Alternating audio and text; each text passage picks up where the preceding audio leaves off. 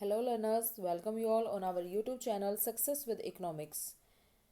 Class 11th economics का Indian economy के chapter 7 के एमसीक्यू और फिलअप हम करेंगे।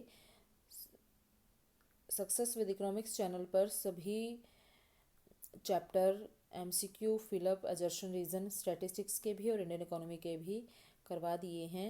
आप सभी ये वीडियो ध्यान से देख लीजिए, प्लीज़ सब्सक्राइब कीजिए चैनल को। स्टार्ट करते हैं। क्वेश्चन नंबर फर्स्ट, बेरोजगार व्यक्तियों की संख्या किसके बराबर है? श्रम बल में से क्या माइनस करें कि बेरोजगार व्यक्तियों की संख्या आ जाए? कार्यबल। एक होता है लेबर सप्लाई, एक होता है लेबर फोर्स और एक होता है वर्क फोर्स। लेबर सप्लाई होते हैं सभी व्यक्ति, काम करने लायक हैं, काम करना चाहते हैं, नहीं चाहते हैं, सब, वो है लेबर सप्लाई। लेबर फोर्स जो काम करना चाहते हैं एंड वर्क फोर्स जो एक्चुअल में काम कर रहे हैं। तो लेबर फोर्स में से वर्क फोर्स माइनस करेंगे तो बेरोजगार व्यक्ति आ जाएंगे कि भाई लेबर फोर्स 50 बंदे हैं जो काम करना चाहते हैं लेकिन 30 बंदों को ही काम मिलता है, तो 20 व्यक्ति क्या रह गए? काम करना चाहते थे लेकिन काम नहीं मिला तो बेरोजगार रह गए। ठीक है ना? तो श्रम बल यहाँ पर क्या है? Labour force. और कार्यबल यहाँ पर क्या है? Work force. ये श्रम बल है 50 और ये लेबर फोर्स है 30 और ये 20 जो बच गया ये आ गया बेरोजगार व्यक्ति। क्लियर? तो पहले का बी ऑप्शन। उसके बाद है पुरुषों की तुलना में स्त्रियों को कम रोजगार प्राप्त होता है, क्यों? आर्थिक पिछड़ापन और सामाजिक पिछड़ापन दोनों की वजह से। सी विल बी राइट आंसर। औपचारिक रोजगार के आंकड़े इकट्ठे किए जाते हैं श्रम मंत्रालय से, लेबर डिपार्टमेंट से। नेक्स्ट है कृषि क्षेत्र में कौन सी बेरोजगारी पाई जाती है? छिपी बेरोजगारी पाई जाती है। ये क्वेश्चन पहले भी आ चुका है एक चैप्टर में। नेक्स्ट है नियमित वेतनभोगी श्रमिक वह होता है जो रेगुलर, जिसको वेतन मिलता है, जो मालिक की स्थायी वेतन सूची में होता है। नियमित, रेगुलर है वो, उसको महीने में एक बार सैलरी मिलेगी, रेगुलर मिलेगी। तो पांचवें का सी ऑप्शन। वे लोग जो प्रचलित मजदूरी दर पर काम करने के योग्य भी हैं और काम करने के इच्छुक भी हैं, वो क्या कहलाते हैं? श्रम बल। अभी बताया था लेबर फोर्स। काम करना चाहते हैं, इच्छुक हैं, अब काम मिले ना मिले वो अलग बात है, तो ये श्रम बल होगा। और जिनको काम मिल गया, जो एक्चुअल में काम कर रहे हैं, वो कार्यबल होता है। ठीक है? और सभी काम करना चाहते हैं, नहीं चाहते हैं, सभी इसमें आ जाते हैं, तो वो श्रमापूर्ति। लेकिन यहाँ पर इन्होंने कहा प्रचलित मजदूरी दर पर काम करने के इच्छुक हैं, वो है श्रम बल। छठे का ए ऑप्शन। उसके बाद है उत्पादन गतिविधि में वैश्विक सहभागी जनसंख्या का प्रतिशत क्या कहलाता है?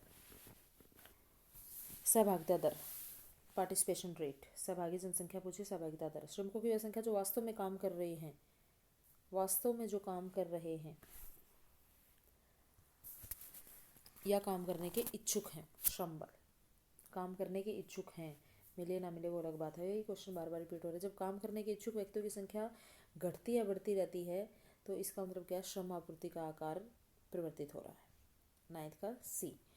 लेबर सप्लाई उसके अकॉर्डिंग कम ज़्यादा हो जाएगी। डैश के अभिप्राय वास्तव में काम करने वाले व्यक्तियों से है, न कि उन व्यक्तियों से जो काम करने के इच्छुक हैं। जो एक्चुअल में काम जिनको मिलेगा वो है वर्क फोर्स। शहरी क्षेत्रों में महिला श्रमिकों का प्रतिशत, जो शहरी क्षेत्र हैं उनमें महिला श्रमिकों का प्रतिशत कम क्यों है? भारत में शहरी क्षेत्रों में महिलाएं नौकरी करना पसंद नहीं करती। महिलाओं के लिए नौकरी करना पारिवारिक निर्णय द्वारा निश्चित होता है। तो महिला श्रमिकों का प्रतिशत शहरों में कम क्यों है? एक तो वहाँ पर नौकरी करना पसंद नहीं करती शहरी क्षेत्रों में महिलाएं, और दूसरा नौकरी करना पारिवारिक निर्णय पर भी निश्चित होता है। तो 11वें का डी। ए और सी। अब ये देखिए, ये इन्होंने कहा है बी में कि शहरी क्षेत्रों में महिलाएं नौकरी करना पसंद नहीं करती, ये तो गलत है। भारत में महिला शिक्षा व्यापक नहीं है और महिलाओं के लिए नौकरी करना परिवार पर डिपेंड करता है आज भी। तो ए और सी ऑप्शन आएगा। 11वें का डी आएगा। शहरी क्षेत्रों की अपेक्षा ग्रामीण क्षेत्रों में स्त्रियों की सहभागिता ज़्यादा है, क्यों? निर्धनता स्त्रियों को शिक्षा प्राप्त करने से रोकती है, रोजगार की तलाश में वो विवश हो जाती हैं, फिर उनको काम करना पड़ता है, पार्टिसिपेशन रेट इसलिए ज़्यादा है उनकी। दूसरा है ग्रामीण क्षेत्रों में निम्न पारिवारिक आय है तो परिवार को समर्थन देने की ज़रूरत होती है। गरीब है वहाँ पर, वो सोचते हैं कि दूसरा भी कमा लेगा तो ठीक खर्चा हो जाएगा। तो डी ऑप्शन, इसलिए उनकी पार्टिसिपेशन रेट काम को लेकर ज़्यादा होती है। अर्थव्यवस्था में उत्पादन के स्तर में वृद्धि को प्राप्त किया जाता है अर्थव्यवस्था में अधिक रोजगार अवसर बढ़ाने के लिए बेहतर तकनीक, सी ऑप्शन। अर्थव्यवस्था में उतार चढ़ाव के कारण उत्पन्न होने वाली जो अनएम्प्लॉयमेंट है उसको क्या कहेंगे, उतार चढ़ाव में हुआ है चक्रीय बेरोजगारी। एक इकोनॉमी में कभी बूम आता है, कभी डाउन, कभी रिसेशन, डिप्रेशन, तो इसकी वजह से होने वाली जो बेरोजगारी है वो साइक्लिकल होती है, साइकिल, ठीक है। अदृश्य बेरोजगारी के बारे में कौन सा सत्य नहीं है,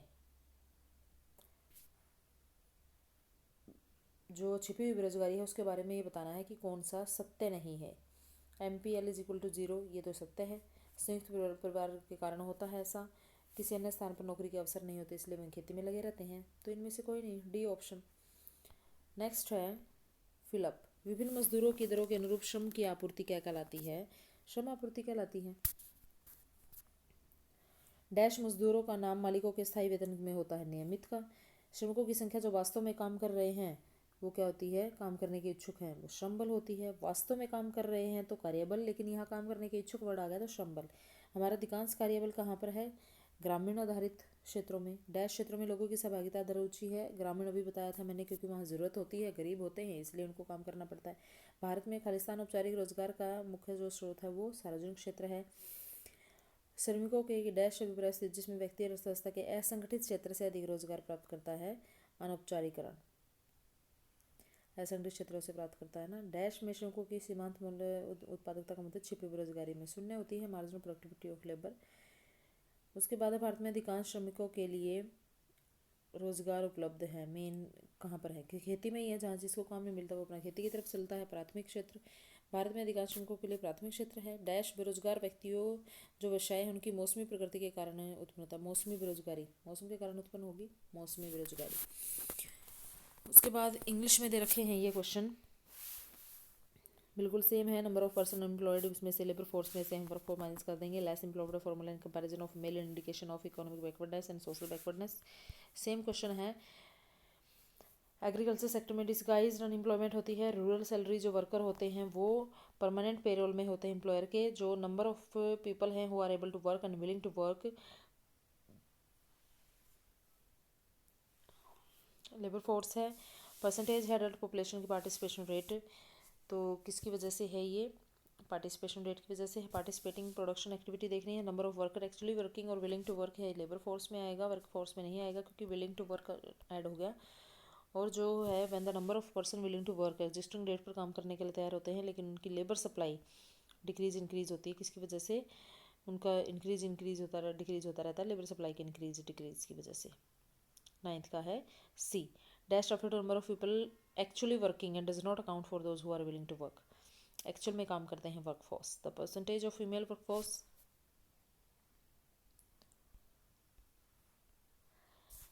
10वें का है A option. Female workforce is lower in urban area because female education India आज भी बहुत ही एक समस्या का विषय है, और job work for women is gone by family decision पे ही डिपेंड करता है कि जॉब करे ना करे। तो ए और सी ऑप्शन 11वें का D. High rate of participation है रूरल एरिया में बिकॉज एक तो पॉवर्टी है वहाँ पर ज़्यादा और एक स्पोर्ट उनको देना है, तो ए और B option. Level of output of economy is achieved through greater employment opportunity और एम्प्लॉयमेंट बेटर टेक्नोलॉजी, 13वें का है सी।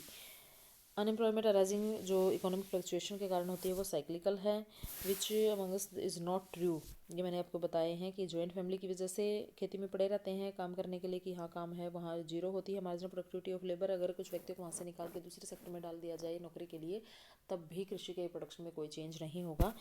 और लैक ऑफ जॉब अपॉर्चुनिटीज़, और कहीं दूसरी जगह रोज़गार के अवसर नहीं हैं इसलिए। तो डिस्गाइज अनएम्प्लॉयमेंट की तीनों ही बातें ठीक हैं, और उन्होंने पूछा था ठीक कौन सी नहीं है, इसका मतलब नन ऑफ दीज। फिलअप आप कर लोगे, बहुत ही आसान है, हिंदी में मैंने आपको करवा दिए हैं। आई होप आपको ये वीडियो काफ़ी समझ आई है। Please like and share this video. Thank you very much.